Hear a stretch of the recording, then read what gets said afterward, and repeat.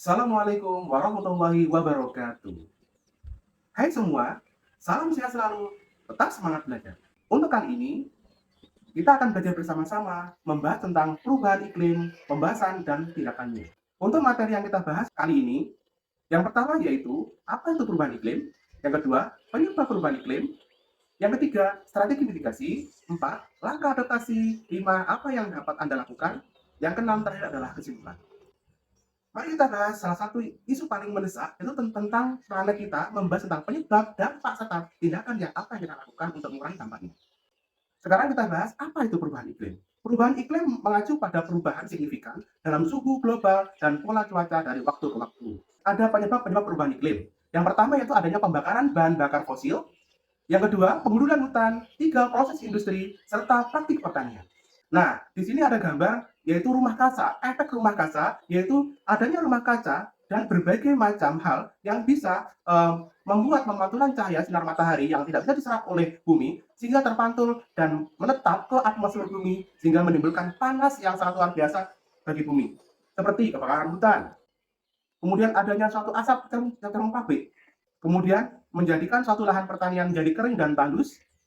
Kemudian lahan yang tadinya subur menjadi kering, serta bagian kutub es itu mencair semuanya karena faktor dari global warming atau perubahan iklim.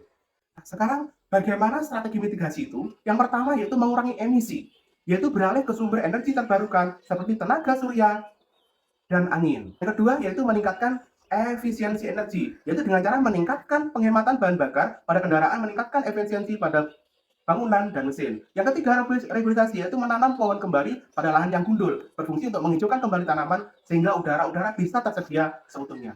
Berikutnya, langkah adaptasi. Yang pertama yaitu ketahanan infrastruktur. Yang kedua, manajemen air. Yang ketiga, penyelesaian pertanian. Arti dari ketahanan infrastruktur yaitu meningkatkan bangunan, jembatan, dan jalan agar tahan terhadap cuaca ekstrim. Yang kedua, manajemen air yaitu memastikan ketersediaan air selama musim kemarau melalui praktik berkelanjutan. Yang ketiga, penyesuaian pertanian yaitu dengan cara beralih ke tanaman yang lebih tahan mengubah jadwal tanamnya.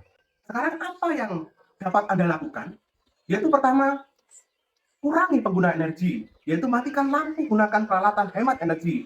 Yang kedua, dukung praktik berkelanjutan, yaitu pilih produk dan layanan yang berkelanjutan. Dukung kebijakan dan pemimpin yang berkomitmen untuk memerangi perubahan iklim. Nah, kemudian ada suatu kotoran hewan yang bisa menyebabkan timbulnya karbon dioksida yang merupakan gas yang sangat beracun, yang kemudian berubah menjadi gas metana atau CH4. Ya, karbon dioksida itu CO2 dan metana CH4. Nah, dari situ dialihfungsikan menjadi bahan ramah lingkungan, yaitu menjadi bahan alternatif yang berbentuk biogas yang digunakan untuk pengganti kompor dari minyak gas. Dan sangat juga bermanfaat, kompor gas yang berasal dari biogas itu selain ramah lingkungan juga membuat masakan lebih sedap. Nah, kemudian tips hemat listrik, yaitu gunakanlah listrik sehemat mungkin, jika nggak diperlukan segera dimatikan. Gunakanlah yang bermanfaat.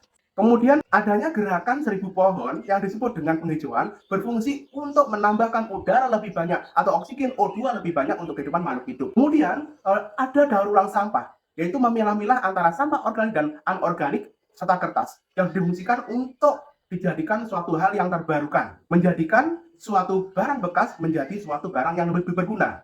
Nah, dari situ ya kesimpulannya tentang perubahan iklim sangat besar, tetapi bersama-sama melalui tindakan yang terinformasi dan kemauan kolektif, kita dapat membuat perbedaan. Mari berkomitmen untuk menjadi bagian dari solusi untuk masa depan yang berkelanjutan. Nah, dari pembahasan kali ini tentang perubahan iklim, semoga kita semuanya bisa mengurangi dampak-dampak negatif dari perubahan iklim, seperti contoh-contoh tadi dan tindak lanjut yang kita sudah bahas, sehingga kita bisa menyelamatkan bumi. Nah, secara otomatis, semua makhluk hidup akan bisa bertahan hidup lebih lama lagi. Sekian, terima kasih. Assalamualaikum warahmatullahi wabarakatuh.